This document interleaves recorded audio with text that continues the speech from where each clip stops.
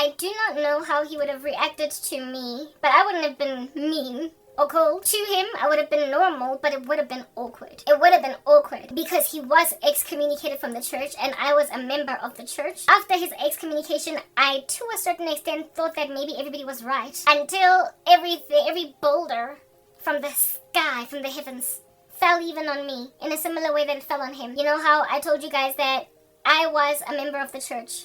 They had known me, even though I wasn't there all my life like the guy. I had, however, brought my mom and my younger sister once or twice to the church. And then they never came back again. One time when my mom went to the church to lament about me, they took her side. And they tried to make me look like a crazy woman because I was prayerful and so disturbing their occult magic. So therefore they decided to take the side of my mother. How do you take the side of... You see, with my mom it was even worse. Because the wife claims to be a Christian and she was also actively involved in the church. The husband, same thing. So there could be maybe, you could be torn between the two. Because they're both yours. They're both ours. They're both our church members. My mom was not a member of the church. She was a visitor brought by me infrequently. Yeah. And I had tabled that my family was persecuting me. They did not sufficiently respond. I had been a member of their church. I was essentially before their eyes, above reproach. They also were aware that my whole family is lost and I'm the only one there saved. That they have been persecuting me since I came to the Lord. They basically had my whole rap sheet. And then when my mother rocked up with one tall lament against me, Batati said like a joke. Just like this dude grew up in the church. And then one day some wayward woman lies about him and they take her side and refuse him residency. If you refuse him accommodation, to try and help someone that was from outside that came in. They had that for a reputation. They literally used people as handlers of their church members.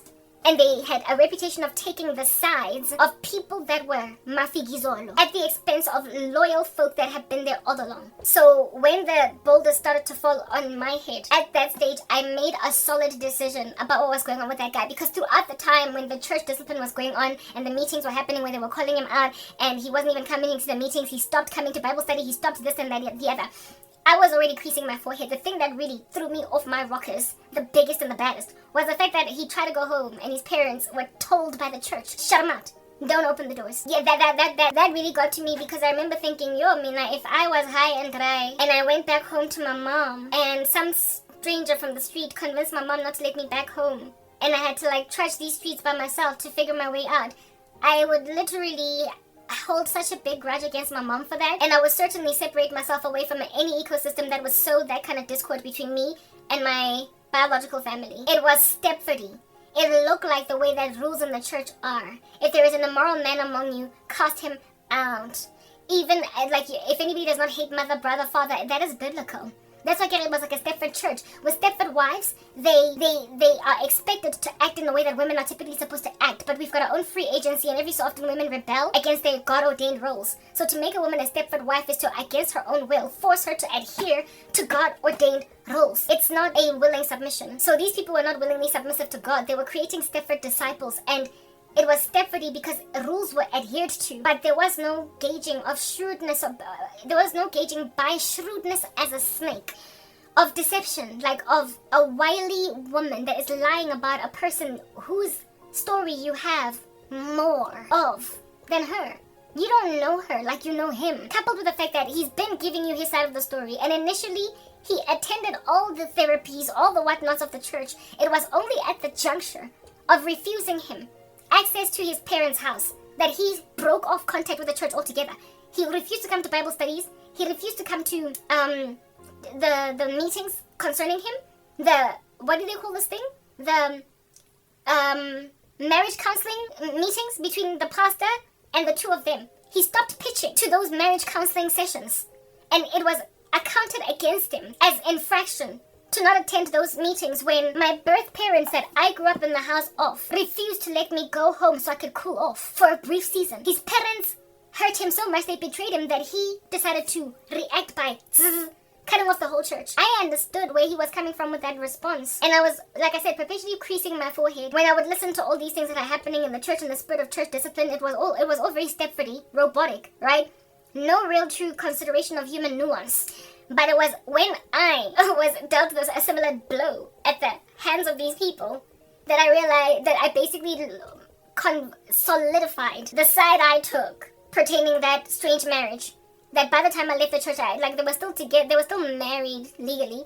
But I don't know if they ever since then got a divorce. I don't know what happened. I get some words I say me. The whole thing blew over with me being blown over. Okay? Like, these things intersected. His discipline started before mine. Before I lost everything at MTN. How it is that I even broke off from them was because I sought support for what was happening to me at work.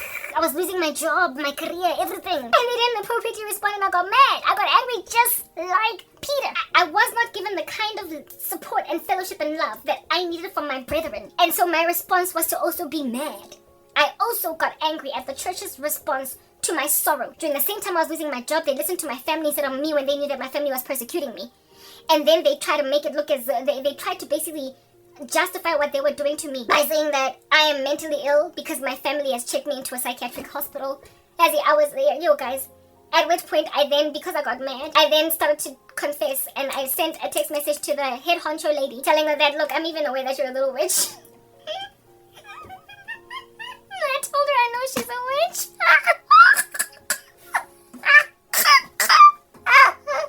I was betrayed by them. They did not take my side. They did not support me. In the worst time of my life, and like a child throwing her toys out the cot, I told the lady that ran the young adults ministry, the wife of the dude that giggled at the the guy and the woman having marital issues at Bible study. That lady, the one who had the baby, that had the babies in the dustbin behind her that I dreamt about. I finally told her. And that was not the only dream I got. I had so many other dreams where I was shown strange meetings. One of the ladies was a young student. She was only 19 years old. She was newly recruited into their cult, and I had a dream of her hitting them. On some, I told you I don't want to join this. I told you I don't want to do anything of this nature. I've been getting so many of these dreams about them. Spiritual gifting, I'm ignoring it because the church is cessationist. I'm trying to believe their cessationist doctrine, but I'm getting these dreams about them. And then when they betrayed me, I was like, footing as with your tagat.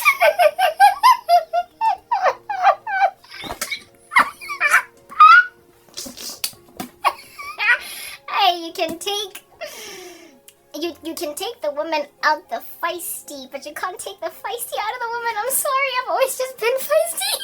And in that church, I was so neat. I was a Stepford lady. I was taking a lot of stuff in my stride, trying to be a coy Christian, but eventually I was like, I suga la lawyer. And after I told this chick that evening, I know that you're a witch. I know what you did. I didn't say it in so many words. I was like, God showed me that there are things that you guys do there that I'm aware of. Yeah, I basically let her know, right? Because they were all just trying to act like I am crazy. So I finally told her that y'all are not sufficiently supportive of me. Plus, on top of that, it is, of course, rich, or it is, of course, what is the word that I'm looking for? It's your scapegoat. It's ideal that you should be treating me like this right now because you had to find an excuse to get rid of me because I was a praying menace to you. So that's why I linked to Tasona. That's why you're all not appropriately responding to my pain. So pumanpele, whatever, I don't care.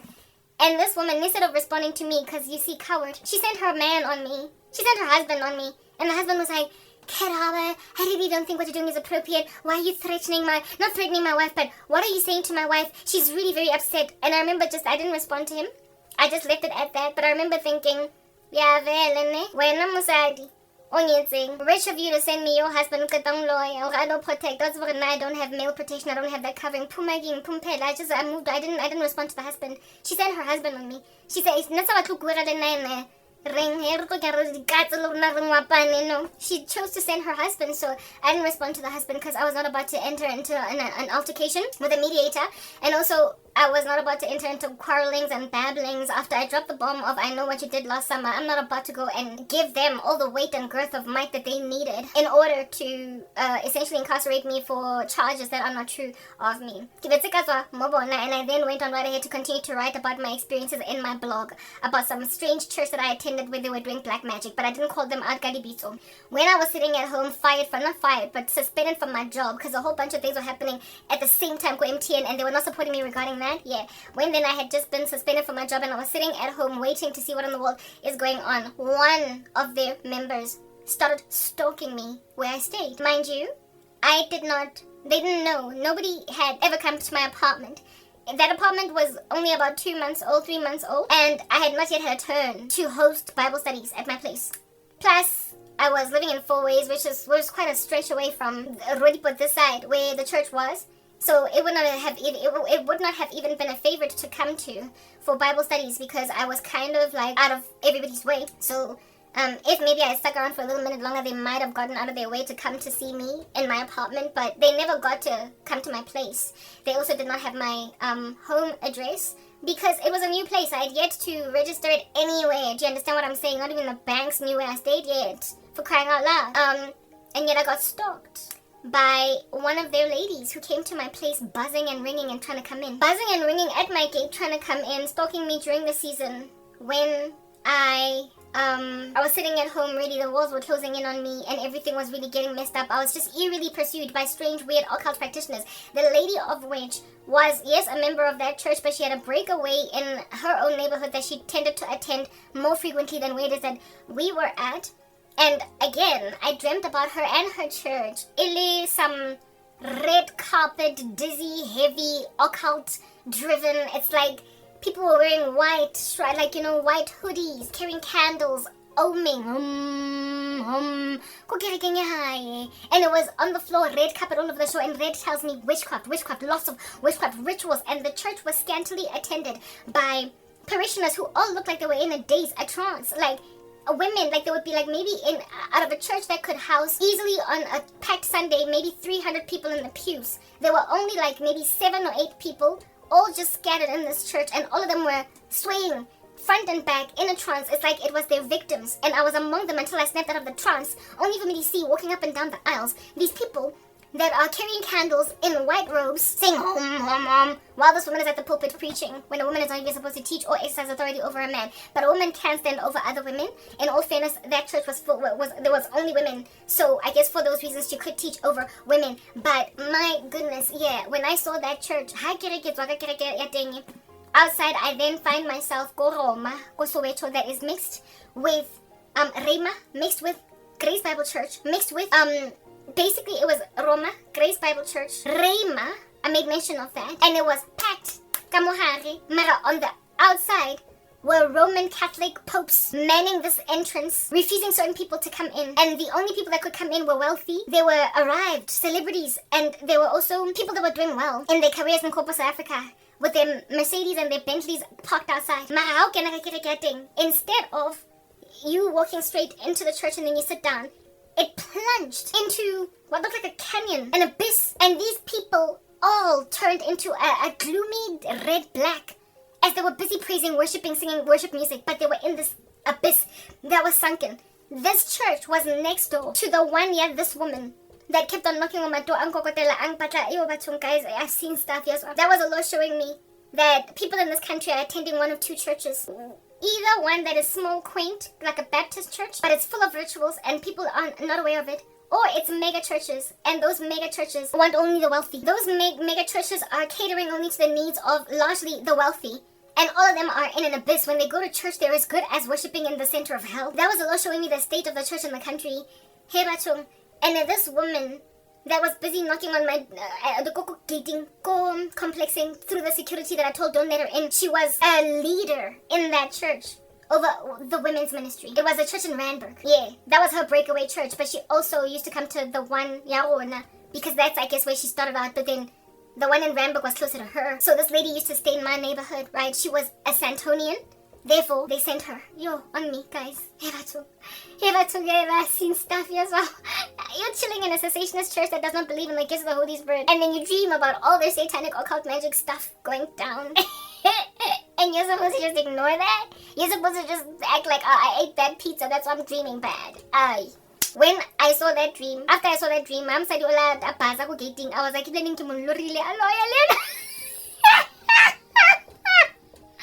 I said to the security guards, don't let this woman come in. She came back 3 more times. Where did this woman get my address? Because I had never told anybody, not even the banks knew where I stayed yet. My church was in communication with my mom, and they called her and got my address. And this woman, upon getting my address, literally drove to my complex, buzzed, and I told the security, no, she cannot come in, because why the heck are you stalking me to a point of coming to my apartment? Because I won't take your calls. That's what I endured from the Stepford Church.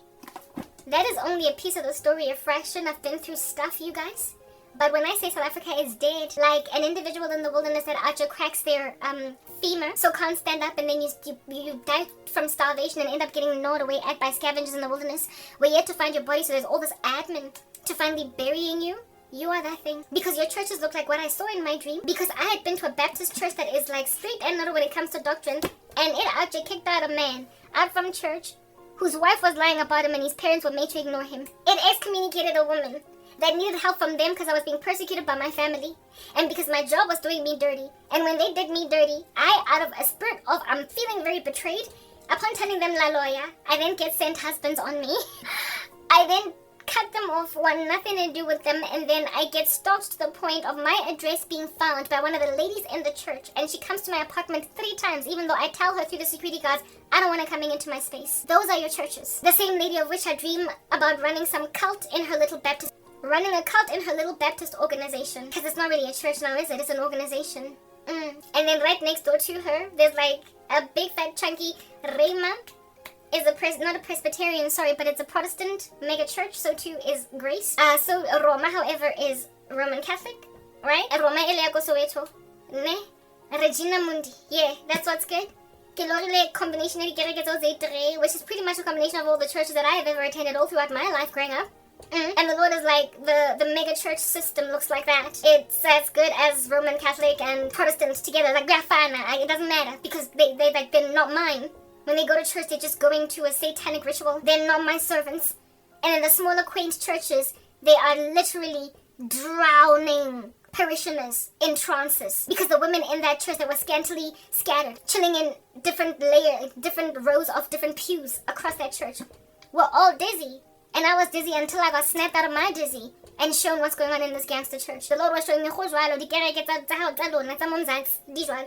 mind you, all throughout this time, prior, however, to this particular season where I'm losing literally everything, I got a dream of the tribulation where I saw so much suffering of saints hiding, burning Bibles, like literally Christians burning Bibles, because the walls were closing in on them and the authorities were about to catch them, and if they found any trace of the Bible anywhere on them, they would suffer very severely. So they ended up burning the Bibles, telling themselves that we had memorized much of the scripture, we can't be found with this. A house of Christians that were what I would imagine raptured was empty, and they ran to this house, found the Bible, tried to keep it, but then helicopters, all different kinds of like military army might, like a war state, like what do they call it?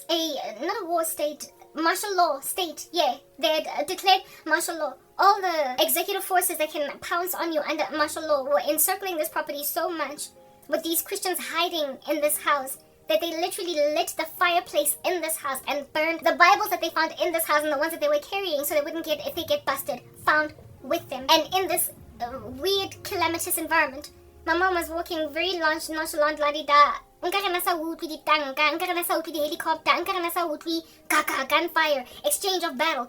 She was just blasé, and it's been the way that she's been this entire time. And we've been under a severe spiritual war, but that was the culminating end result of it. And in this dream, I saw Kate Middleton. In this dream, I saw elevated with a baby on a mountaintop, Kate Middleton and her husband. Kate Middleton and her husband, Prince Harry, right? Hlongwane.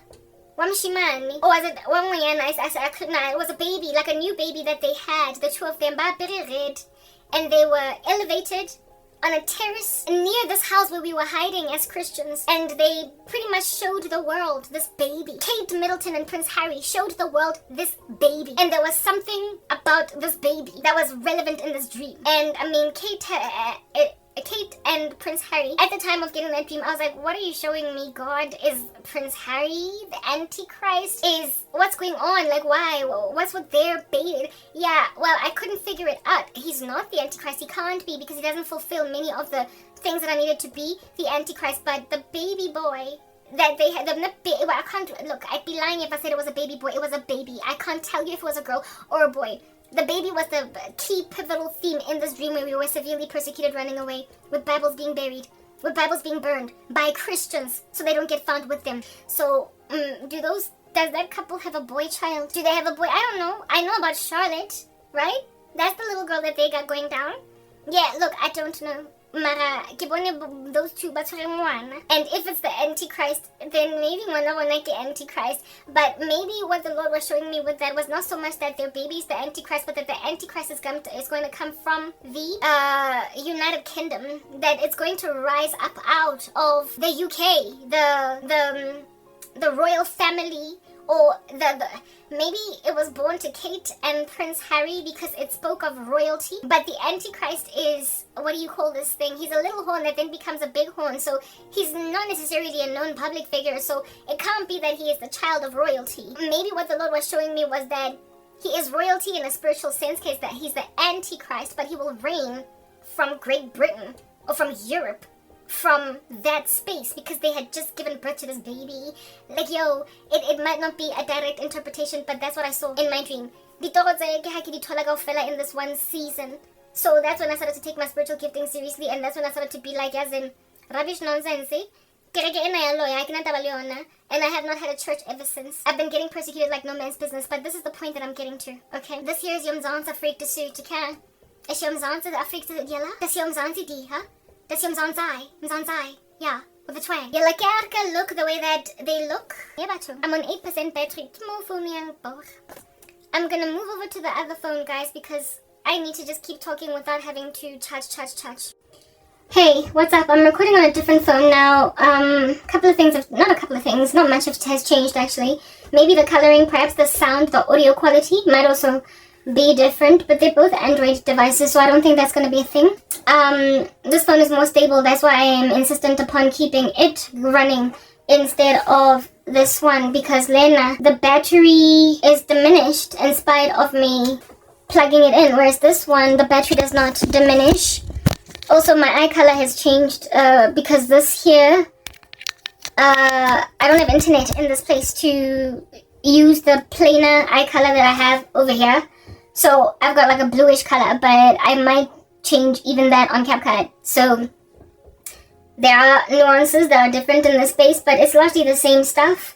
But I bet you can tell that the color is different somehow because I'm using a different phone because it's more stable, and I'm done editing on it, so I can afford to use this phone to finish talking without pausing because I'm sick and tired of that. Anyway, whatever, look, the last video that I recorded prior on this cell phone device was, I was talking about Kate Middleton and her husband Prince Harry. They had a child, and that child was very particular, a theme in this dream. These dreams that I've been getting, that was the Lord showing me the state of the nation, but not only the nation but the world at large, and that we're close to the end, but perhaps not so close that it could be like tomorrow that this thing is gonna give, because the baby was just a baby, yeah, Kate, that I just gotta grow. If it represents anything of the Antichrist, maybe the Lord was showing me that at that time at the time that I dreamt it, the Antichrist was only just being born, but that he's going to become whatever. Look, I don't know. I still cannot to this day interpret that, but one thing that is certain is that I saw Kate Middleton and Prince Harry with a new baby, and that baby was key. That whole thing was the Lord, that was the beginning of sorrows, you know. I had that dream when I was still employed, when I was still good, when I was still whatever. And then everything else that would happen, validating the veracity of that which I suspected. I am sitting right now without a church, without brethren, without fellowship, and persecution has never been more haughty than it is presently in my life. I am harassed, I'm lambasted, I'm abused. I am a woman suffocating from all manner and kinds of indiscretion on the part of South Africans and South African churches and South African apparent Christians. There is a severe apostasy in the streets. Do you understand? And yet people are in severe denial. So in then reverting to the whole story with the church, not even so much it, I'm done with that story, okay? The whole story with the church, I'm done with that. I'm not talking about this, alright? When you completely disregard an innocent person's innocence in favor of somebody that is not so innocent, all manner and kinds of heinous evil manifest, it mushrooms. So it is written in Matthew 24 that in the last days, right? It's an eschatological passage. Men will betray one another. They will hate one another. Many false prophets will go out into the world. And because of an increase in lawlessness, the love of many will grow cold. That's Matthew 24. So the increase of lawlessness that is encircling us causes people to be so cold of affection that they don't intervene, especially over the lives of those who need intervention. Like, innocent people need intervention so that bullies of a prolific, monolithic nature don't finish them off. And when you don't take the side of the innocent and therefore award crowns on the heads of those that have earned them, you create a cataclysmic space. You create a disaster in society. You create anarchy. And you create the beefing up and then emboldening, therefore, of wicked structures that then, thanks to them getting away with murder, will pompously and arrogantly flail accusations at you when you are in a position to prosecute rather them. And also, they speak evil of righteousness and good deeds and of heaven successfully. Good is called evil and evil is called good. The world is flipped upside down, then on that day, is it not? With there being no good fulfilled. All that can thrive is evil, and when evil thrives, there is no justice for the oppressed. The little man on the street is just squashed underneath the foot of the big chunky dude with the big hoof because he's like an elephant. Yeah, people don't get anything did, and everybody gets disenfranchised. And so therefore the right voices in society get smothered, stymied, and with the right voices being stymied and smothered, there therefore is highly unlikely any shot or opportunity for justice to reign. People will be maintained in a beleaguered state that need reprieve. So there will be essentially unnecessary death. There will be an unconscionable amount of senseless killings, senseless deaths. Needed people in society will cease to exist while the wicked thrive. That's an epidemic of the last days, do you understand? And I am a living, walking, gawking, senseless death, gazing at everybody, but by the amazing grace of God, I'm covered by the one true, am I not? So where everybody else falls on my left and on my right, it does not come near me, but the fact that it came real close, like near enough to eliminate me altogether, says that we are living in the worst time ever. And I've been saying, South Africa, you're literally like a fishy breathing its last. Listen to a senseless death that happened in the United States of America to a woman called Micah Miller. I told you that long, lengthy, laborious, absolutely twisting and meandering story about my former church in order that you might understand what happened to Micah Miller. She was sitting in a Stepford church, do you understand? That was us just standing with the wrong people because I guess it makes sense for us to stand with them because they're the ones in authority. They've got what we call authoritative or positional power, while the clearly innocent individual in the room, however outnumbered in terms of support structures, is smothered by a tyrant and a monolith that won't leave her alone until she takes a gun. She literally was CCTV cameraed, identified, spotted, can the camera smile, you're on it, except instead of smiling, she shot herself, buying a gun on the day that she killed herself, or was it the day before? She bought a gun, it was licensed and everything. Shortly afterwards, she was found dead. She was found dead at her own hands, we believe. Because when you get persecuted, beleaguered, harassed by a monolithic structure that is, however, supported, even though it is evil, he's got the sycophants. He's got the believers. He's got the supporters. While the person here who is right does not have the supporters.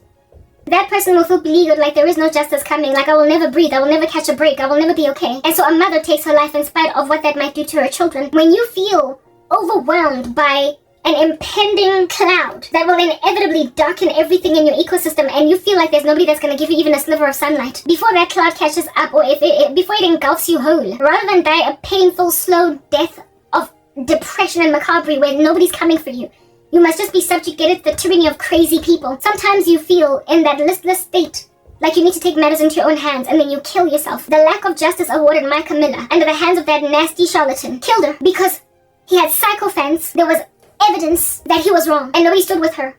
And then, lo and behold, hypocrites, duplicitous, it's giving double standards. After she dies, and only then is there a little mini rioting, picketing, placarding, orating on a soapbox. Silly little band of miscreants outside of the church. They were away, and so therefore in a position to stay this event from fulfilling itself of Micah Miller's sorrow. They knew the word, like I said, cruel intentions.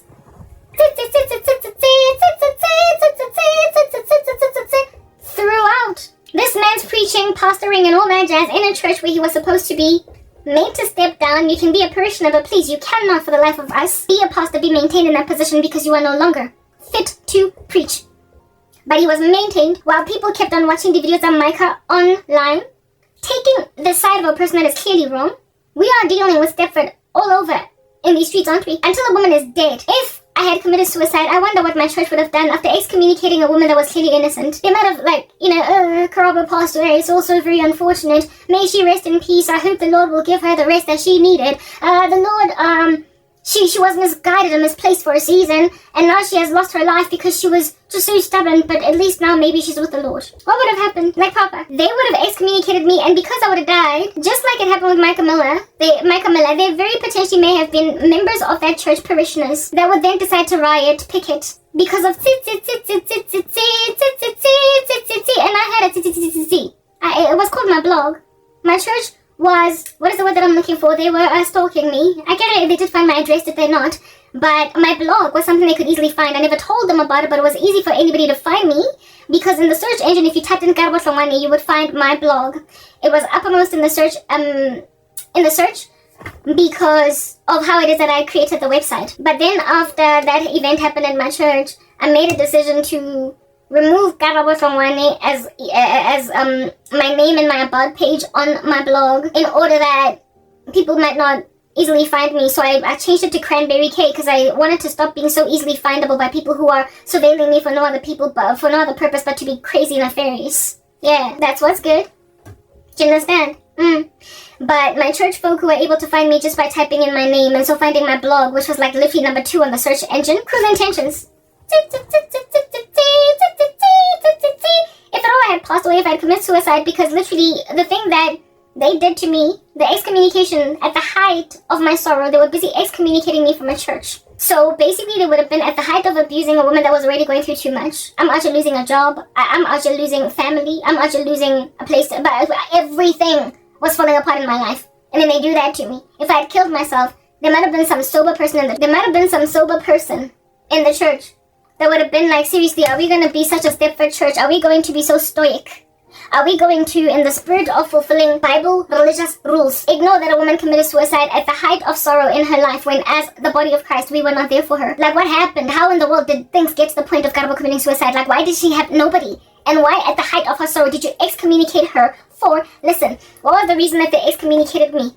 Right? I saw that in a dream. I would never have been able to go back to that church. What was the reason? Stuff I was writing in my blog, and the fact that I told one of the witches that she was a witch. Remember the woman that I was talking with, they abandoned me, and then I flat out said, Lenning, I know what you did last summer.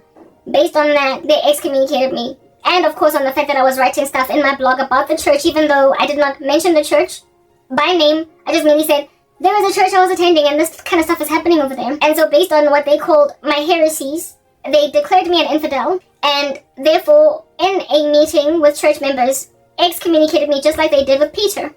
If I had killed myself, some people would have been like, I don't care if you excommunicated her because apparently she was crazy. Bottom line is, you let one of your own die like that.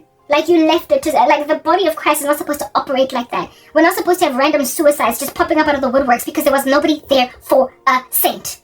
But it would have been too little too late, wouldn't it have? It would have been too little too late.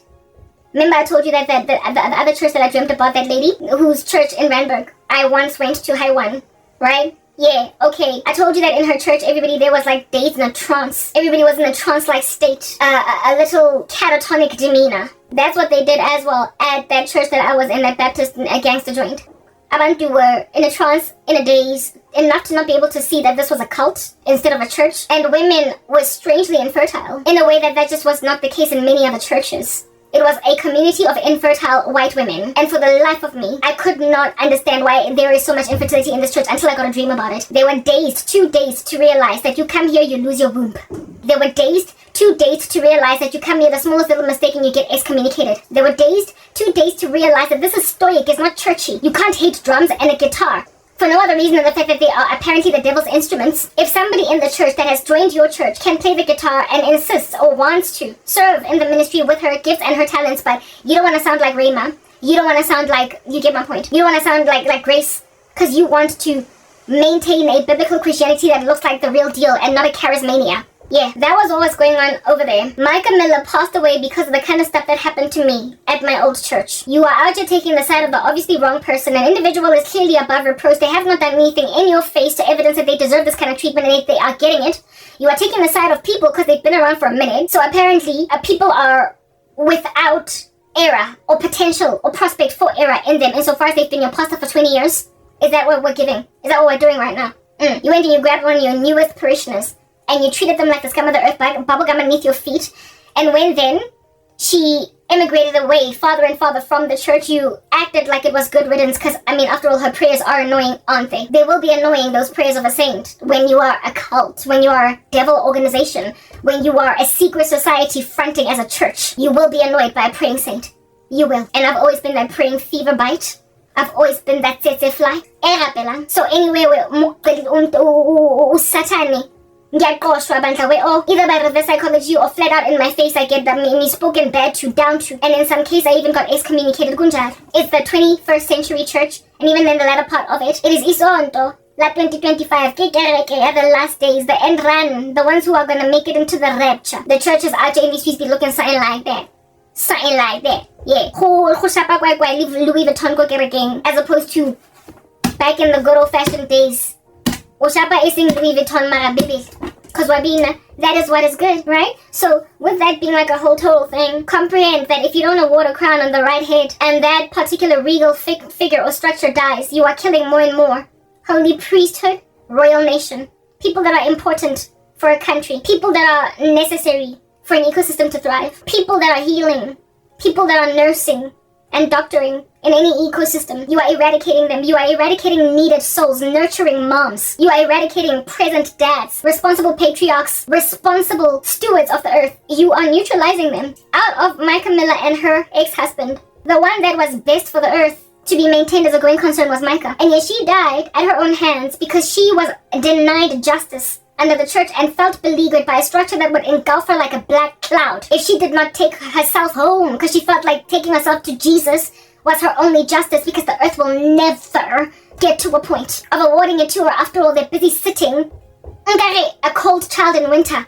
They're busy sitting like a cold child in winter in front of a heater, in front of a charlatan that is provably a charlatan, and yet that is stuff that is like conveniently slid underneath the carpet. So in returning then to pageantry, that analogy that I was making, remember, with Vanessa Williams, how can you call me Miss America and then take the crown away? If you don't make like the American Miss America pageant committee and take away the crown of a person that has displayed that they don't deserve it and give it to the first runner-up, or the second runner-up, if the first runner-up falls apart or whatever, you are one that is misadministrating justice, and so therefore you are causing an inevitable anarchy, the anarchy of which is going to disillusion the mistreated, the maligned, the misappropriated, the disenfranchised, and to make them feel as if though there is nobody coming for them, following which they will then make like Micah Miller and take matters into their own hands, give themselves a form of justice, take myself home. Well, in South African terms, it's called civil war. They're going to discover that they can do nothing about the deep state tenement of South Africa. There's nothing they can do about this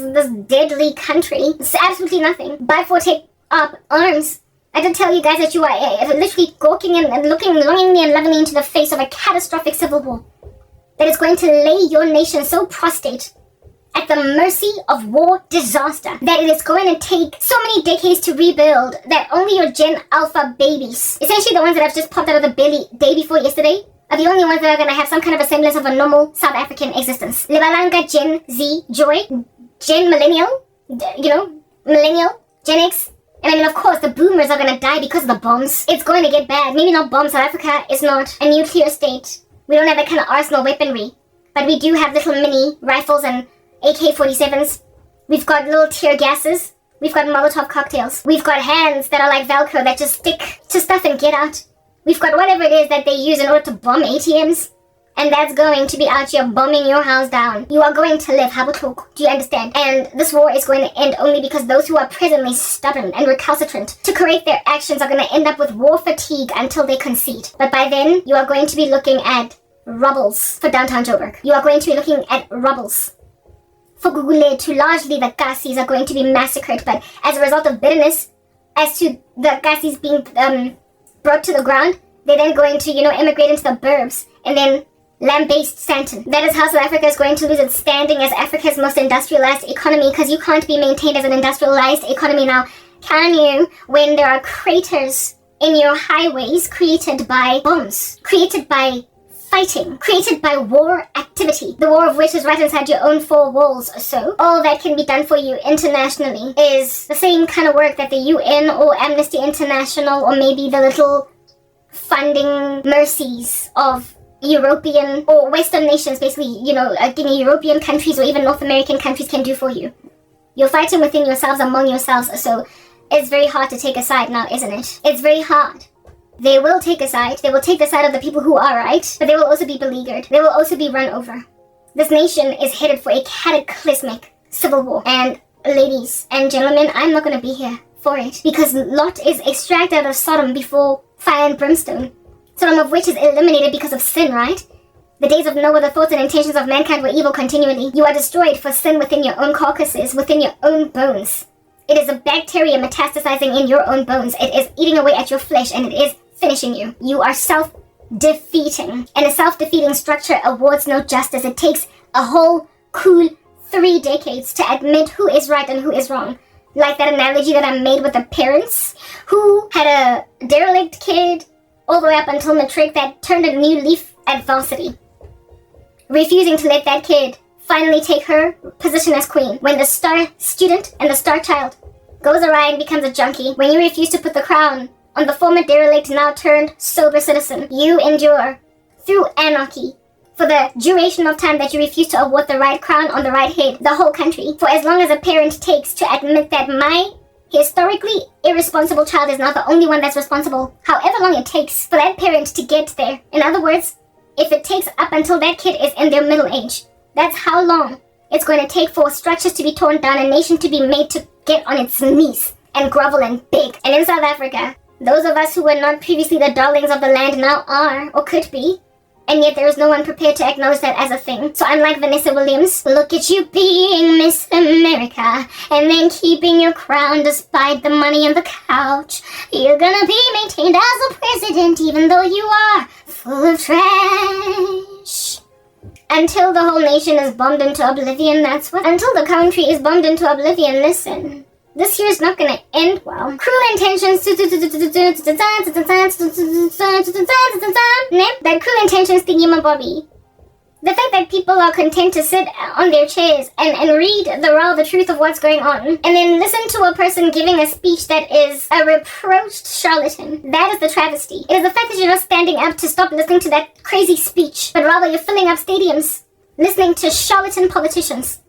That's going to get you massacred as a nation. Do you understand? It's just a matter of when the body gets found in the wilderness, following which the rigorous process of identifying it, and then only can we lay it to rest. Then only can we go to West Park Cemetery. Then only can we cremate the thing. But before then, it's putrefying, decomposing in the wilderness, and it is only suspected dead by those who are nearest and dearest to it in the early stages. In the center, however, that's when the popo starts getting involved, right? Yeah. It's been 48 hours, so finally you can go looking for my missing kid. It's been 48 hours, so finally you can go looking for my missing wife. I started here speaking about, what do you call this, MTN, otherwise known as N, because it's like a marble in the head instead of like actual brain matter, gray matter. Yeah. When I started at MTN, it was just like that teenager. When I started working at MTN, it was just like my Stepford church in the first few weeks of me being there. It appeared all so right, until it became clear that something nefarious was awry. Something was stanky. Yeah, clearly. However, there was a great deal of denial. But you see, when it's stank in the sky, there's going to be infertile women in a whole congregation. It's a weird, anomalous statistic. It doesn't make sense to be in one ecosystem. It's just basic rules of probability. It is highly improbable for a good 80% of the women in a congregation of churchgoers to be infertile, without there being a pathogen to account for why they are infertile. If everybody's getting cancer in a 1 kilometer radius neighborhood, honey, look at the water they're drinking. Honey, look at the fruit that they're picking from the tree and eating. Honey, are the children not playing with mercury in the grounds? Is there no mercury poisoning in the sky? Statistics, basic statistics, can explain why certain trends occur in an ecosystem. If in an entire country, 12 to 20% of women are infertile, okay. You win some, you lose some. Maybe you're born with bad eggs. Dunno. Genes. But if in a country, 80% of women are infertile, look at your water supply. Look at the air. What are they pumping therein? Are they chemtrails? If in a country, 20% of women are miscarrying pregnancies, oh, sorry. Try and see if you can't see a fertility specialist. You win some, you lose some. But if in a country 75% of women miscarry at the 3rd trimester, perfectly healthy pregnancies, look at the water, look at the food, look at the air. Because this here is a bizarre inference to reach that it's mere happenstance, probability. You win some, you lose some. It's not you win some, you lose some. It is sabotage. And that's what was happening in my former church. A good 75% to 80% of the women therein were infertile, having to adopt a whole bunch of black babies. I ain't got no qualms with you adopting some babies that need some mamas, but I got qualms with 80% of women in one particular congregation unable to have kids. It's not normal. Look at the rituals therein. Enough for one of the little devil worshippers there to say, I'm worried, I'm so worried, that when I want to have a baby, I'm not going to be able to have a baby. You are a culprit. Of course you're going to say you're worried, baby, because you're worried that your little spell might be like a gas in the sky. It's ubiquitous, and so everybody inhaling it sneezes. So you might just sneeze from it too. Are you worried that the spells are contagious? Is that it? Is that what we're doing over here? I literally went on right ahead to tell her, don't worry, infertility is not contagious. But I guess witchcraft could be, because it is spiritual, it's like a gas. And she was worried. But no, she carried to term, because she got protected by her cult. Well, South Africa, what chemtrails are you putting in the sky, causing us to bleed out of our noses, following which we then die from brain aneurysms? What? Exactly, tell me. What is it that's causing this civil war, hey? What under heaven is going on in our crazy country that has made literally everybody be up in arms at that level of division? Why are white farmers being so abused? Why is anybody sitting inside a church before a charlatan preacher out here trying to take away water supply from white farmers? Yeah, that's a new development.